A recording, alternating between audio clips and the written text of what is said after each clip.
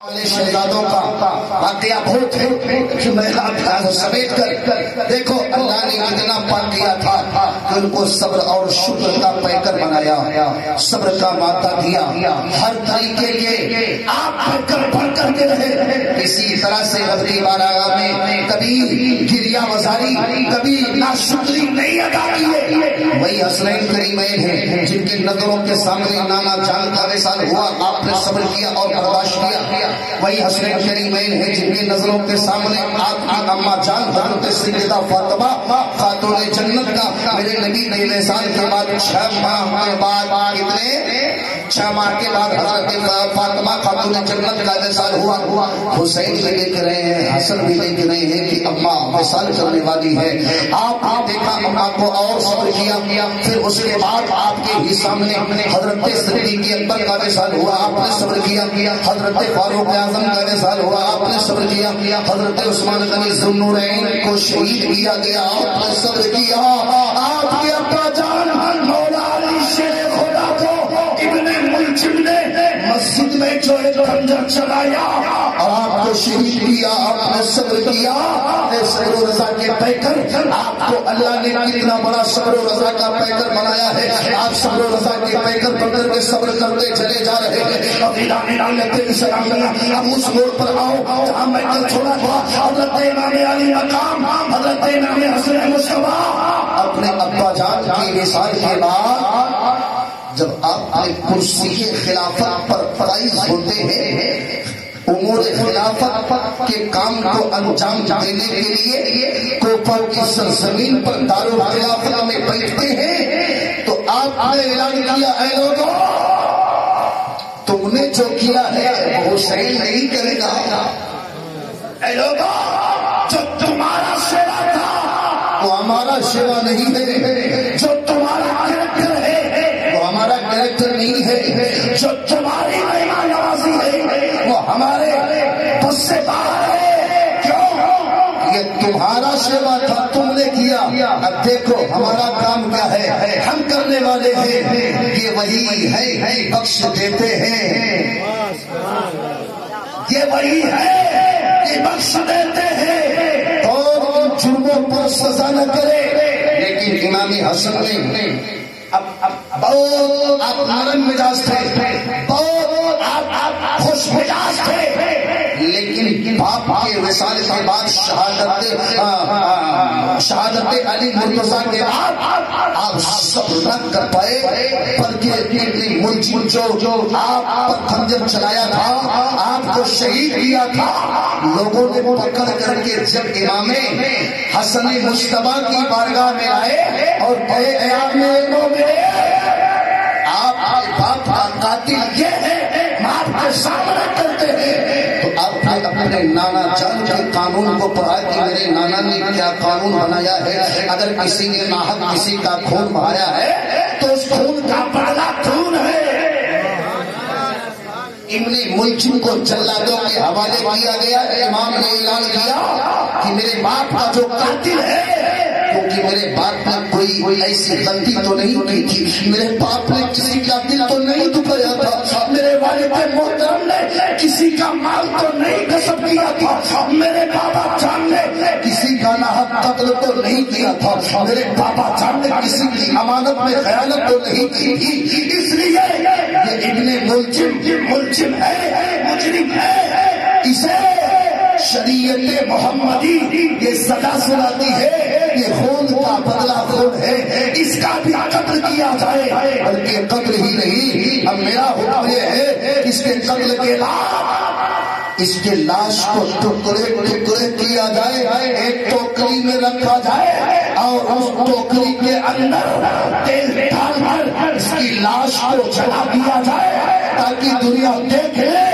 کہ نبی کے گھر والوں سے پنگا لینے کا انتقام کیا ہوتا ہے اور اس کا انجام کیا ہوتا ہے۔ نعرے تکبیر، نعرے رسالت، خواجہ کا ہندوستان، جشن شہدائے کربلا، نعرے تکبیر، نعرے رسالت، سبحان اللہ۔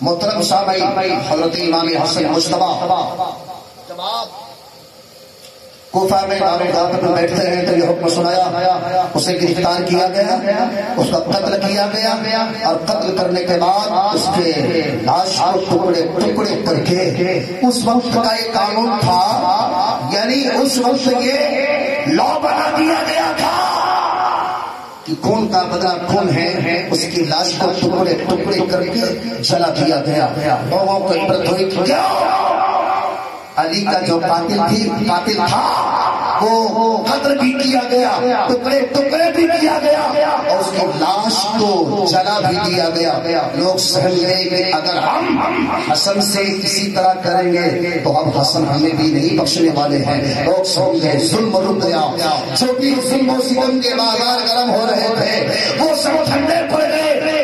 امام حسن مصطفیٰ نے 6 ماہ تک بڑے اچھے سے امور خلافت کے کام کو انجام دیا، اور اسی ایام میں لوگ کچھ بھی کہیں، لیکن میں نے نبی کی حدیثیں پڑھی ہے، قرآن کی آیتیں پڑھی ہے، جن کو قرآن کہہ رہا ہو، جس کو نبی کی بے شمار حدیثیں صحابی کہہ رہی ہو، وہ صحابی رسول حضرت امیر معاویہ رضی اللہ تعالی عنہ، جو کہ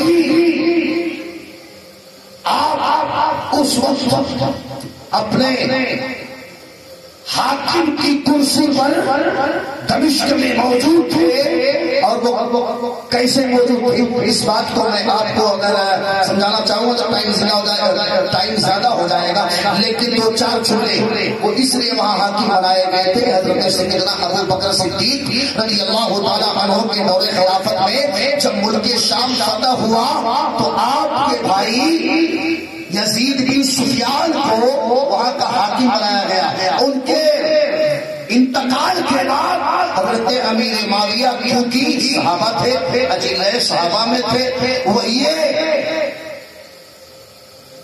کاتب قرآن تھے، اور پیارے آقا صلی اللہ تعالی علیہ وسلم کے چوتھے سلسلے نسب کے خاندان میں سے تھے۔ وہ حضرت امیر معاویہ جب وہاں پر حاکم بنائے گئے تو آپ کے حضرت سیدنا صدیق کے اندر 1 سال کے بعد فاروق اعظم کا زمانہ آیا، آپ نے بھی انہیں حاکم مانا۔ حضرت عثمان غنی ذوالنورین کا زمانہ آیا، انہوں نے بھی آپ کو حاکم قرار دیا گیا کہ نہیں، عدل و انصاف اچھا کرتے ہیں، حکومت اچھی چلاتے ہیں، اور حکمرانی اچھی کرتے ہیں۔ یہ تینوں خلفاء کے درمیان آپ ملک دمشق کے اس گورنر ہاؤس میں اور اس کرسی پر آپ کو حاکم بنایا گیا، آپ وہاں کے حکمران رہے۔ وزیران ملت اسلامیہ جب دور آتا ہے امام حسن مصطفیٰ رضی اللہ تعالی عنہ کا، یعنی آپ جب کرسی خلیفۃ المسلمین پر بیٹھتے ہیں، اپنے ابا کی شہادت کے بعد، مولا کائنات کی شہادت کے بعد، تو آپ 6 ماہ تک امور خلافت کو سنبھالا، اور پھر حضرت امیر معاویہ ملاقات کی غرض سے اور آپ کی احوال کی غرض سے آپ نے دمشق سے چل کر کے کوفہ آئے، اور کوفہ آنے کے بعد میں اہل بیت کے غلامی کی حیثیت سے کھڑے ہو گئے۔ تاریخ میں بتایا جاتا ہے کہ با ادب کھڑے ہوئے، سلام عرض کیا، احوال پوچھا۔ امام حسن نے کہا کہ اے صحابی رسول بیٹھ جاؤ۔ آپ بیٹھ گئے، بہت ساری باتیں ہوئی۔ باتیں ہونے کے بعد میں امام حسن مصطفیٰ رضی اللہ تعالیٰ عنہ نے جو فیصلہ لینے والے تھے وہ فیصلہ میرے مصطفیٰ اپنے حیات میں کر دیے تھے۔ جو امام حسن ابھی فیصلہ لینے والے ہیں، میرے نبی نے پہلے فیصلہ کر دیا تھا۔ ایک مرتبہ امام حسن بیٹھے تھے، امام حسین بیٹھے تھے، میرے نبی فرما رہے تھے اے میرے ساتھیوں سنو، یہ میرا نواسر حسین جو میرے دین کی حقانیت کا تاجدار بنے گا، اسے تاجدار کربلا بنایا جائے گا، کربلا میں میرے دین کی حفاظت کرے گا، اور میرا نواسا جو حسن ہے یہ 2 میری امت میں 2 بڑے گروہ میں صلح کرا دے گا، اور یہ صلح کرائے گا تو اللہ تبارک تعالیٰ ان 2 جماعتوں کو حق پر چلنے والا بنا دے گا۔ میرے نبی نے اس وقت کہا تھا، اب امام حسن مصطفیٰ نے جو علی کے طور پر شیر خدا آقا کے زمانے میں جو جنگیں ہوئی تھی ان جنگوں میں جو اختلافات پیدا ہوئے تھے آپ سنتے ہیں آپ جانتے ہیں، لیکن صحیح حدیثیں اور صحیح تاریخیں آپ کی نظروں کے سامنے وہی اور ہدایت ملت اسلامیہ میرے مصطفیٰ نے پہلے فرما دیا اب امام حسن فیصلہ لینے والے ہیں، جس بات کو نبی نے کہا تھا اس بات کا فیصلہ امام حسن لینے والے ہیں۔ حضرت امیر معاویہ سامنے ہے، امیر معاویہ کچھ کہتے نہیں ہیں، میرے امام فرماتے ہیں اے امیر معاویہ یہ بتاؤ تو جو تم سوچ کر کے آئے ہو تم بتاؤ گے کہ میں بتانا شروع کروں؟ ارے کہہ دو سبحان اللہ، مچل کے کہہ دو یا رسول اللہ۔ امام حسن کہتے ہیں کہ جو تم سوچ کر کے آئے ہو اب اسے ظاہر کرو گے کہ میں اس راز کو عیاں کر دوں۔ غوث اعظم فرماتے ہیں کہ میں دنیا کو اس طرح سے دیکھتا ہوں جس طرح ایک شخص رائی کو اپنے ہتھیلی پٹک لے اور دیکھے تو اس کو اچھی طریقے سے وہ رائی کا دانہ سرسوں کا دانہ نظر آئے گا۔ غوث اعظم فرماتے ہیں میں اس طرح پوری دنیا کو دیکھتا ہوں۔ تو جو حسین کی حسن کی اولاد ہے اس کی سماعت یہ ہے تو میرے حسین اور حسن کی طرح دیکھ رہے ہو۔ وہ تو دلوں کے راز کی خبر ہے، دلوں کے اندر کیا لائے ہو وہ بھی خبر ہے، ذہن میں کیا لائے ہو وہ بھی خبر ہے، سب جانتے ہیں۔ لیکن پھر بھی بہت ساری حجتیں ہوئی، باتیں ہوئی، امام حسن نے فیصلہ کیا کہ اچھا ٹھیک ہے ساری شرطیں مجھے منظور ہے، ساری باتیں میں تسلیم کرتا ہوں، لیکن اے معاویہ سنو، ساری باتیں میں نے سن لیا، تین باتیں میری بھی ہیں، تین شرطیں میری بھی ہیں، کیا تم بھی اس باتوں کو مان لو گے؟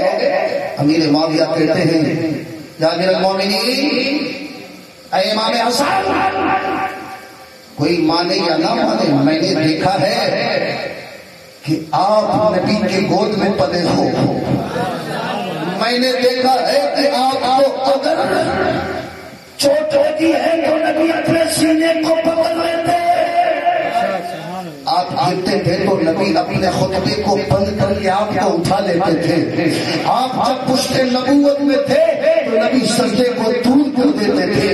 اے امام حسن کوئی مانے یا نہ مانے میں بے چونو جناب آپ کی تینوں شرطیں قبول کرتا ہوں۔ میرے امام نے کہا اے میرے معاویہ پہلی شرط یہ ہے، پہلی شرط یہ ہے لکھو میں آج سے تمہیں خلیفۃ المسلمین بناتا ہوں، یعنی میں تمہارے ہاتھ اپنے ہاتھ پر لیتا ہوں، بیعت کرتا ہوں اور آج سے تمہیں خلیفۃ المسلمین بناتا ہوں، لیکن یہ تین شرطیں ہیں۔ پہلی شرط یہ ہے کہ تم اسے قبول کر رہے ہو تو لکھو، آپ نے کہا وہ کیا ہے وہ صحیح کیا جائے۔ امام حسن مجتبیٰ رضی اللہ تعالی عنہ جو گلگو کبا جنہیں کہا گیا تو آپ فرماتے ہیں کہ وہ پہلی شرط یہ ہے کہ لکھو کہ آپ کے بعد خلیفۃ المسلمین امام حسن ہی رہیں گے، کوئی دوسرا نام جب لکھو کہ آپ کا جب وصال ہو جائے آپ دنیا سے رخصت فرما جائے تو کہیں ایسا نہ ہو جیسے میں نے کل کہا کہ منتری کا بیٹا منتری بن جائے، ودھائک کا بیٹا ودھائک بن جائے، پردھان کا بیٹا پردھان بن جائے، ایسا نہ ہو۔ امام حسن نے لکھوایا، حضرت امیر معاویہ نے امانت کے طور پر خوشی خوشی اسے قبول کیا کہ امیر المومنین میں قبول کرتا ہوں، دل سے تسلیم کرتا ہوں، میرے وفات کے بعد یہ امانت آپ کی ہے اور آپ کے پاس ہی رہے۔ سبحان اللہ سبحان اللہ۔ دوسری شرط کیا ہے؟ دوسری شرط یہ ہے کہ مدینہ حجاز عراق میں جو میرے بابا علی اور آپ کے درمیان جو جنگیں ہوئی ہیں اس کا مواخذ طلب نہیں کیا جائے گا، یعنی اس پر کسی طرح کا تبصرہ یا کسی طرح کا جو ہے تذکرہ یا کسی طرح کی حجت نہیں کی جائے گی، اسے بھی لکھو۔ یعنی لوگ کہیں ایسا نہ ہو کہ پھر سے وہ تاریخ دہرائی جائے تو پھر جنگیں شروع ہو جائے، لکھو کہ جو ہو چکا ہے اب اسے دہرایا نہیں جائے گا، یعنی مدینہ میں، حجاز میں، عراق میں جو میرے بابا علی اور آپ کے درمیان میں جو اشتہادی جنگیں ہوئی ہیں اس کا مواخذہ نہیں کیا جائے گا۔ آپ نے لکھ لیا، ٹھیک ہے، اس کا مواخذہ کیا جائے گا، اس کا مطالبہ کیا جائے گا، اس کا تبصرہ کیا جائے گا، اس کا تذکرہ کیا جائے گا۔ اس کے تعلق سے اگر کوئی مجھے آگے بڑھائے گا، اگر کوئی مجھ سے سوال بھی کرے گا تو ان سوالوں کو نہیں سنا جائے گا۔ میں اس بات کی تصدیق کرتا ہوں اور اسے قبول کرتا ہوں۔ دو شرطیں آپ نے قبول کیا، تیسری شرط یہ آپ نے کہی کہ اے امیر معاویہ، تیسری شرط یہ ہے کہ اب میں آپ کو اس کرسی پر بیٹھاتا ہوں جس کرسی کو محمد رسول اللہ نے صدیق اکبر کو دیا تھا۔ ارے کہہ دو سبحان اللہ۔ صدیق اکبر نے فاروق اعظم کو دیا تھا، فاروق اعظم نے سخاوت کے تاجدار حضرت سیدنا عثمان غنی ذوالنورین کو دیا تھا۔ عثمان غنی ذوالنورین نے میرے بابا مولا علی شیر خدا کو دیا تھا، میرے بابا علی نے مجھے دیا تھا۔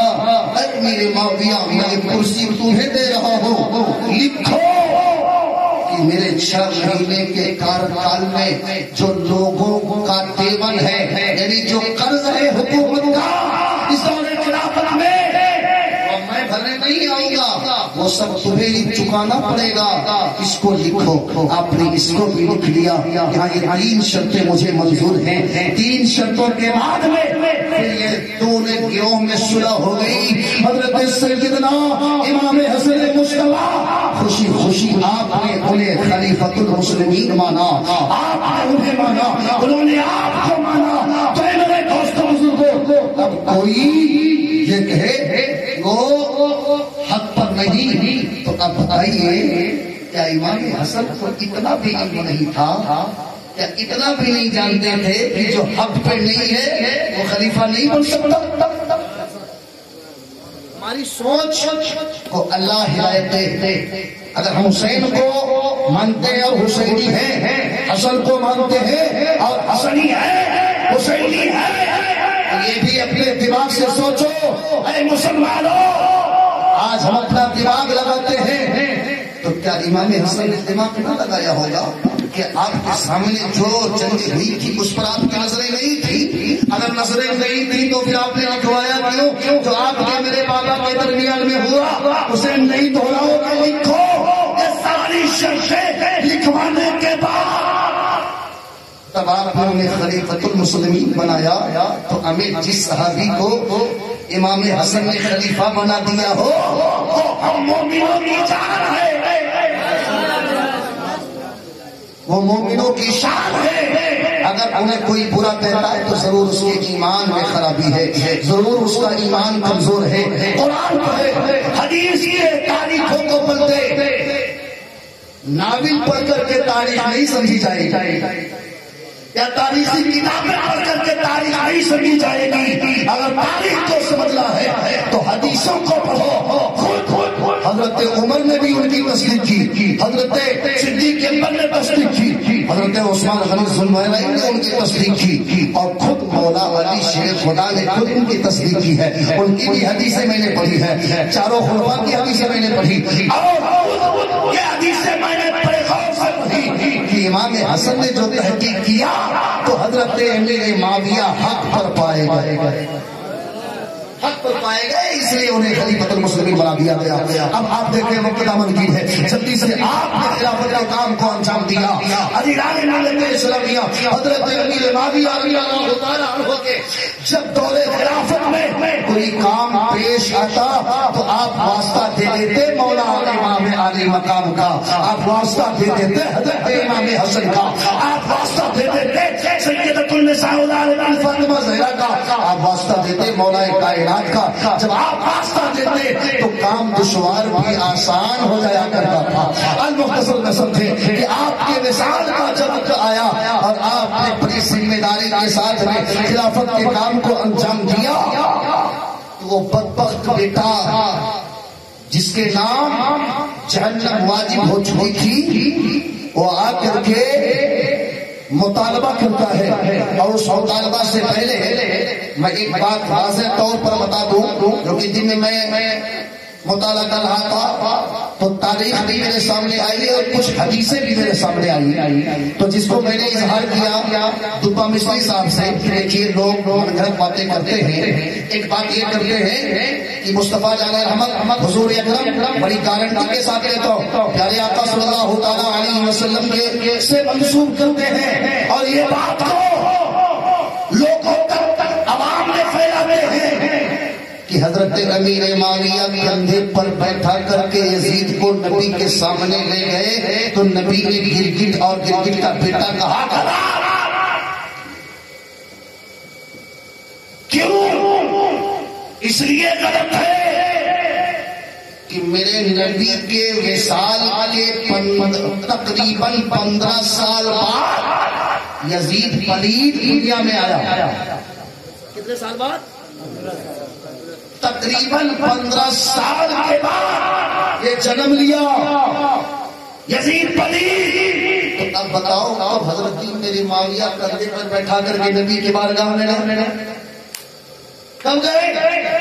کوئی مسلم تاریخ ہو چلو مان لیا جائے، لیکن جب حدیث شریف سے یہ بات ثابت ہو گئی کہ یہ 15 سال کے بعد میرے نبی کے وصال کے بعد دنیا میں آیا ہے۔ ہاں یہ حدیثیں ملتی ہیں، میرے آقا ضرور امیر معاویہ سے فرماتے تھے، صحابہ میں فرماتے تھے کہ میری امت میں امیر معاویہ میری نسل سے ایک ایسا بدبخت دنیا میں آئے گا جس کا نام یزید ہوگا، اور وہ میرے امت کے لیے ایک فتنہ بن کر کے آئے گا، دین کے لیے ایک بدنما داغ بن کر کے آئے گا، دین پر بہت وہ نقصان کرے گا، اور میری اہل بیت سے وہ برجستہ خون ریزی پر آنا ہوگا۔ یہ باتیں نبی نے بتایا تھا کہ ہاں آنے والا، کیونکہ نبی کو تو اتنے غیب تھا، نبی غیب کی باتیں بتاتے تھے، لیکن نبی کے زمانے میں یہ دین پیدا نہیں تھا، یہ بات غلط ہے، اس لیے ایسی باتوں کو نہ سنا کریں جس سے ایمان ضائع ہو جائے۔ وہی یزید اپنے باپ کے پاس پہنچتا ہے،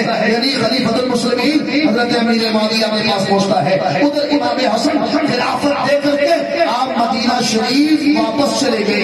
عزیزان ملت اسلامیہ آپ اپنے وطن میں پہنچ جاتے ہیں، ادھر حضرت امیر معاویہ رضی اللہ تعالیٰ عنہ خلافت کے کام کو انجام دیتے ہیں، اور بڑی ذمہ داری کے ساتھ بڑی مستعدی کے ساتھ ہر مہینے آپ جو ہے حکومت سے آپ ہر مہینے اس ذمہ داری کو نبھاتے ہیں کہ جو بھی آپ کا سوا ہوتا ہے، جو نذرانہ ہوتا ہے اور جو تحفہ ہوتا ہے تو وہ بھی آپ سپاہیوں کے ذریعے قاصدوں کے ذریعے مدینہ شریف اہل بیت کے لیے پہنچاتے ہیں، ان کی سیوا میں کوئی کمی نہیں کرتے ہیں، اور جو دیر باقی تھا اسے بھی ادا کر دیتے ہیں۔ عزیزان ملت اسلامیہ بار بار لوگوں سے جب لوگ مطالبہ کرتے ہیں کہ یہ کرسی تو اہل بیت کی ہے، یہ کرسی تو علی کی ہے، علی کے عادلوں کی ہے، آپ نے کیسے اسے حاصل کر لیا؟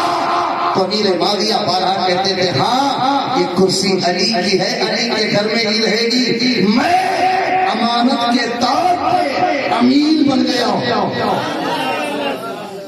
امانت کے طور پر امانت دار بن گیا ہوں، اور میں نے اپنے سے نہیں کسی کے دینے سے لیا ہو۔ عزیزان ملت اسلامیہ اب ادھر دیکھیے امام حسن مجتبی رضی اللہ تعالی عنہ اپنے گھر میں ہیں، ادھر سے آپ کے پیچھے خفیہ جاسوس لگا دیے گئے، امام حسن کہاں جاتے ہیں، کہاں رہتے ہیں، کہاں سوتے ہیں، کہاں جاتے ہیں، کہاں اٹھتے ہیں، کہاں بیٹھتے ہیں، کب کہاں جاتے ہیں، جاسوسوں نے بتانا شروع کر دیا، آپ سے بغاوتیں شروع ہو گئی۔ اب پہلی بغاوت یہ کہ آپ جب مدینہ رسول روضے رسول پر جاتے تو کچھ لوگ آپ کے راستے پہ کھڑے ہو جاتے، آپ اپنی نگاہیں فراست سے دیکھتے تو سمجھ لیتے ہیں یہ جو کھڑے ہیں کچھ ارادے لے کر کے کھڑے ہیں، لیکن آپ تو صبر اور شکر کے پیکر تھے، اللہ پر شاکر تھے، کچھ کہتے نہیں بلکہ نظر کو نیچی کر کے آگے بڑھ جایا کرتے تھے، جاتے نبی کے روزے پر صلاۃ و سلام پڑھتے تھے، قبر انور پر سلام پڑھتے، ماں فاطمہ کی بارگاہ میں جاتے وہاں صلاۃ و سلام عرض کرتے، پھر گھر چلے آتے۔ صبح و شام آپ کا اسی طرح گزرتا ہے، اللہ کی رضا پر بھی راضی ہے، آپ کے صبح و شام شب و روز گزر رہے ہیں۔ ایک دن آپ گھر میں کھانا تناول فرما رہے تھے کہ کھانے میں آپ کی اتنی لذت تھی کہ آپ جہاں 2 روٹی کھاتے تھے کئی روٹیاں کھا گئے، پھر کھانے کے بعد رات کا کچھ حصہ گزرتا ہے کہ آپ کے پیٹ میں درد اٹھتا ہے، اتنا شدید درد اٹھتا ہے، آپ اٹھتے ہیں بھائی حسین کے پاس جاتے ہیں، بھائی حسین کے پاس جاتے ہیں تو حسنین کریمین دونوں جب ملتے ہیں تو مشورہ کرتے ہیں کہ بھیا کیا آپ نے کھایا؟ بھیا نے بتایا کہ اے بابو میں نے روٹیاں تو 2 کھاتے تھے، آج کئی روٹیاں کھا گئے کیونکہ کھانا لذیذ تھا۔ بولے بھائی ایسا تو نہیں ہے کہ زیادہ کھا لینے کی وجہ سے بد ہضمی ہو گئی ہو، اس لیے پیٹ میں درد آ گیا ہو، نہیں کھانے کی وجہ سے نہیں ہے، ایسا لگ رہا ہے کہ کھانے میں کچھ ایسی جو ہے کچھ ایسی چیزیں ملی ہوئی تھی جس کے کھانے کی وجہ سے میرے پیٹ میں درد ہو رہا ہے، لگ رہا ہے کوئی پوائزن تھا، لگ رہا تھا کوئی زہر تھا، لگ رہا تھا کوئی کیمیکل تھا جس کے اندر جانے کے بعد میرے پیٹ میں درد اٹھ گیا ہے۔ آپ رونے لگے، آپ رہنے لگے۔ امام حسن فرماتے ہیں کہ اے بھیا چلو نانا جان کی بارگاہ میں چلو، وہاں شفا مل جائے گی، چلو نانا کی بارگاہ میں چلتے ہیں وہاں شفا مل جائے گی۔ راتوں رات امام حسن بھی ہے، امام حسین بھی ہے، نانا کی قبر انور پر جاتے ہیں، تاریخ میں آتا ہے کہ امام حسن نے نانا کی قبر کی تھوڑا سے مٹی اٹھائی اور زبان پر رکھا، درد ختم ہو گیا۔ ایک اور لکھتا ہے آپ نے دعا کے لیے ہاتھ اٹھایا اور کہا نانا جان میں درد سے بحال ہوں، آپ کا واسطہ ہے اے مولا میرے نانا کے وسیلے سے میری تکلیف کو دور کر دے۔ آپ کی دعا ختم نہیں ہوتی ہے کہ درد ختم ہو جاتا ہے۔ تاریخ لکھتا ہے آج بھی فوجیں اب آپ بھی اتر سکتی ہے، تم محمد کے وسیلے سے دعا تو مانگو، تم محمد کے وسیلے سے دعا تو مانگو۔ نانا کی قبر پر دعا مانگنے سے آپ کا درد ختم ہو جاتا ہے، پھر گھر چلے جاتے ہیں۔ دوسرا دن ہوتا ہے، پھر آپ کو ناشتے کے ذریعے ناشتے میں کچھ گفٹ آتا ہے، اس گفٹ میں کھجوریں تھی، لاجواب کھجوریں تھی، سب سے کوالٹی والی کھجوریں تھی، اچھی کوالٹی کی تھی، اچھی عمدہ باتوں کی تھی۔ اور جب دسترخوان بچھا تو لانے والا بھی یہ کہہ کے گیا یہ گفٹ امام حسن کے لیے ہے، یہ کھجوریں امام حسن کے لیے ہے، اسے کوئی دوسرا نہ کھائے۔ امام حسن کھانے پینے میں آپ انٹرسٹ رکھتے تھے اور ٹائم ٹیبل کھانا کھایا کرتے تھے اور کھانے میں اچھے کھانے پسند کیا کرتے تھے۔ عزیزان ملت اسلامیہ آپ نے دسترخوان بچھایا اور ادھر سورج ڈوبنے والا تھا، آپ نے کھجوروں کو کھایا۔ تاریخ میں آتا ہے 2-4 کھجوریں نہیں بلکہ 7 کھجوریں جو آئی تھی آپ نے اس نے کھایا۔ تو اور کھانے کے بعد رات کا کچھ حصہ گزرا، سینے میں درد اٹھا، یعنی جو پہلے دن کھائے تھے اس میں بھی زہر ملا دیا گیا تھا تاکہ ان رہے باز نمازیں باشری ان سے کام تمام ہو جائے۔ دوسرے دن پھر یہ منصوبہ تیار کیا گیا، یہ تو بچ گئے آج نہیں بچیں گے، اس سے کئی گنا زیادہ کھجوروں کے اندر زہر ملا کر کے آپ کے گھر بھیج دیا گیا۔ آپ نے کھایا تو کلیجہ رات میں پھٹنے لگا، پھر آہو پکا کرنے لگے، چیخنے لگے، چلانے لگے۔ امام حسین اٹھ کر کے بھیا کے پاس جاتے ہیں اور کہتے بھیا کیا ہوا؟ کیا کل کا ماجرا پھر پیش آ گیا ہے؟ کیا کوئی بیماری لگ گئی ہے؟ کیا کوئی آپ کو جو ہے بڑا نے کھیل لیا ہے؟ امام حسین فرماتے ہیں بابو حسین کوئی بیماری نہیں لگی ہے، کوئی بلا نہیں گھیری ہے، لگتا ہے کہ کھانوں میں جو مجھے کھلایا جا رہا ہے اس میں کوئی سازش کرتا سازش کر رہا ہے، کچھ پوائزن ملا کے مجھے دیا جا رہا ہے جسے ہو جاتی ہے اسی وقت آپ پھر اٹھتے ہیں اور آپ کہتے ہیں کہ چلو نانا جان کی بارگاہ میں، ورنہ کہیں نہ ایسا نہ ہو کہ پھر پچھتانا پڑے۔ امام حسن امام حسین پھر نانا کی بارگاہ میں جاتے ہیں اور پھر وہی دعا کرتے ہیں، دعا ختم نہیں ہوتی ہے کہ درد ختم ہو جایا کرا۔ سبحان اللہ سبحان اللہ۔ لوگ وسیلوں کو شرک کہتے ہیں، وسیلہ ماننا ناجائز و حرام کہتے ہیں، تو دونوں اماموں سے پوچھ لو کہنا سبحان اللہ۔ نبی کے شہزادوں، نبی کے نوازوں سے پوچھ لو، علی کے شہزادوں سے پوچھ لو، فاطمہ کے جگر کے ٹکڑوں سے پوچھ لو کہ جب آپ کو درد بڑھا تو آپ نے یہ نہیں کہا اللہ میری تکلیف کو دور کر دے، بلکہ کہا بھی نہیں، گئے بھی۔ اگر ہم خواجہ علی نواز کی بارگاہ میں جائیں تو ناجائز کہا جا رہا ہے، مخدوم اشرف کی بارگاہ میں جائے تو کفر و شرک کا فتویٰ، سرکاری بیوہ عالم بنا کی بارگاہ میں جائے تو قبر پجوا، بریلی کے تاجدار کی بارگاہ میں جائے تو بدعتی کہہ دیا جاتا ہے۔ تو اے بدعتی کہنے والوں، اے ناجائز و حرام کہنے والوں، اے کفر اور شرک کا فتویٰ لگانے والوں، سب سے پہلے فتویٰ حسنین کریمین پر لگا دو کہ جب آپ کو زہر دیا گیا تو اس زہر کو ختم کرانے کے لیے، شفا پانے کے لیے گھر سے نکلے ہیں، نبی کی قبر پہ گئے ہیں، تو اب اس سے ثابت ہو گیا کہ قبروں پہ جانا حسنین کریمین کی سنت ہے۔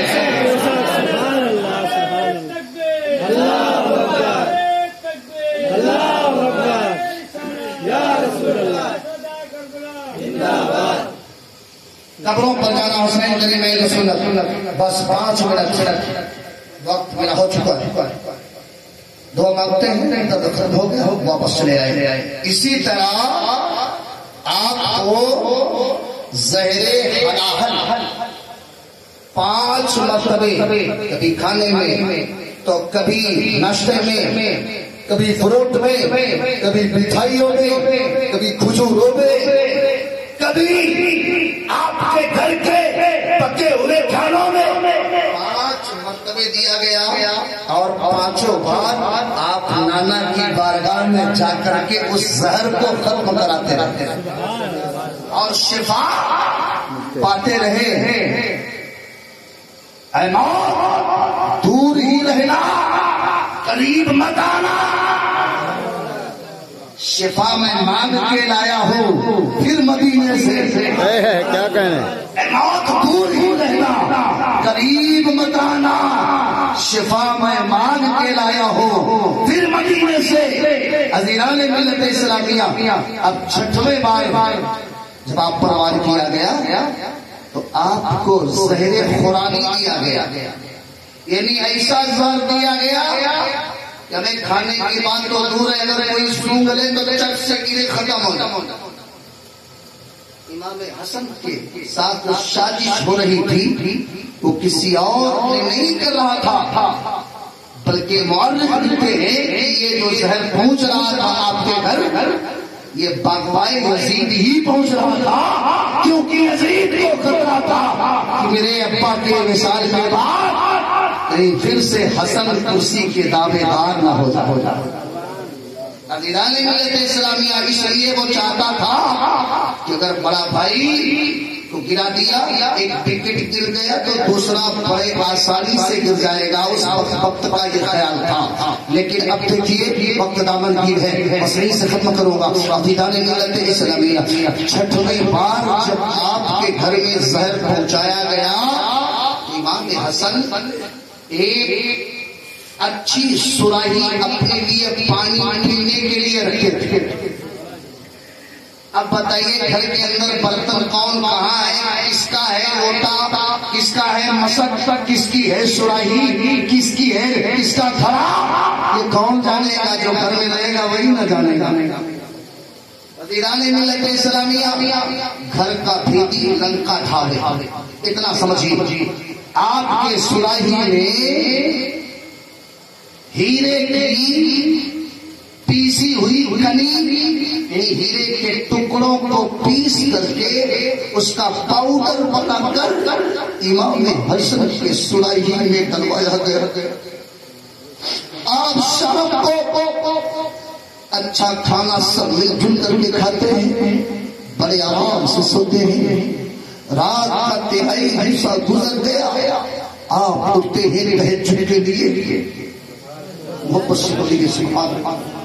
آپ اللہ کی حمد و ثنا کے لیے اٹھ رہے ہیں، آپ نے وضو فرمایا، حاجت فرمائی، حاجت کے بعد آپ نے کامل وضو کیا، عادت کے مطابق آپ بھور میں جب جمع سے تہجد کے لیے اٹھتے تھے تو آپ کا معمول تھا کہ اپنے سراہی سے پانی نکالتے، 2-3 گلاس پانی پی کر کے پھر عبادت الہی میں مصروف ہو جایا کرتے تھے۔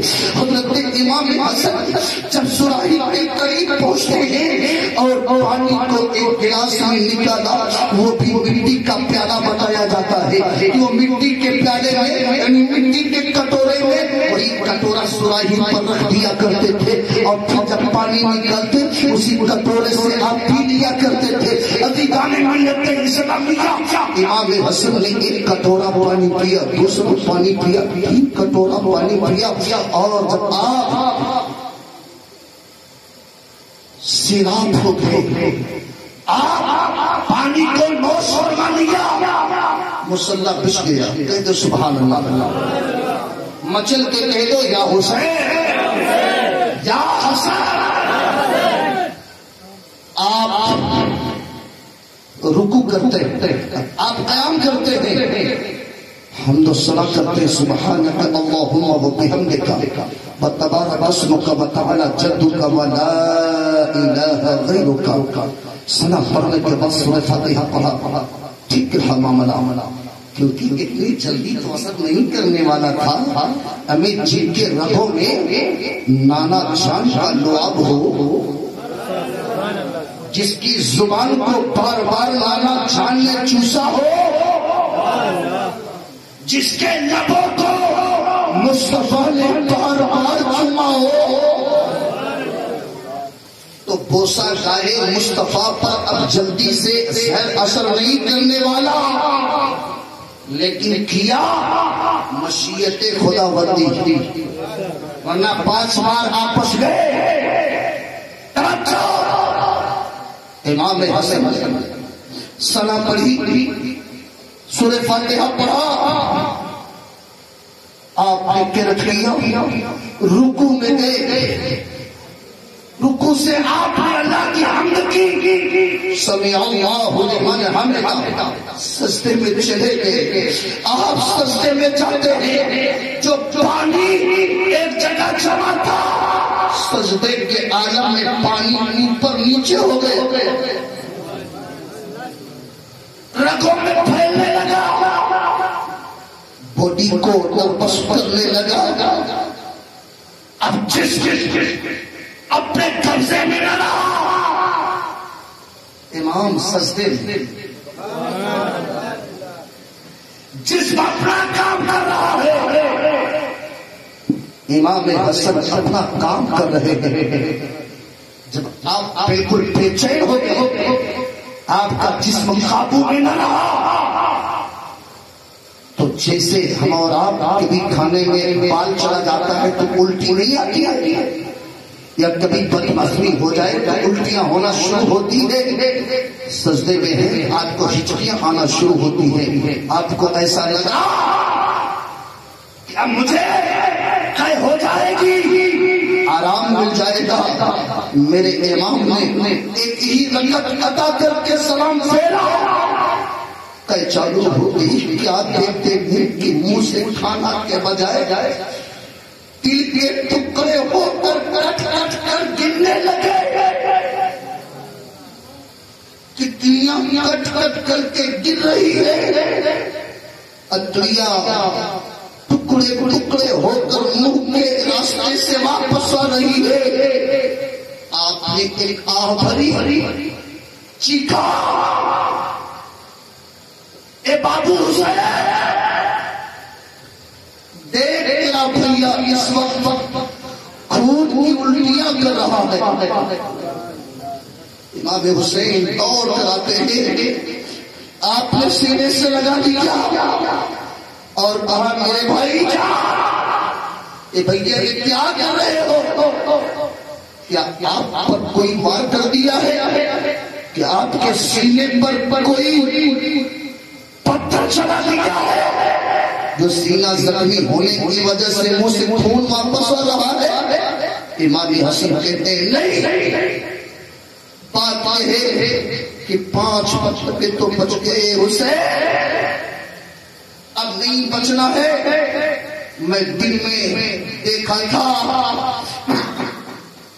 کہ میری آنکھوں میں سورہ قل ہو اللہ وہ احد لکھا ہوا تھا. کل کی رات میں نے خواب میں دیکھا میرے نانا جان کی گود میں بیٹھا ہوا تھا.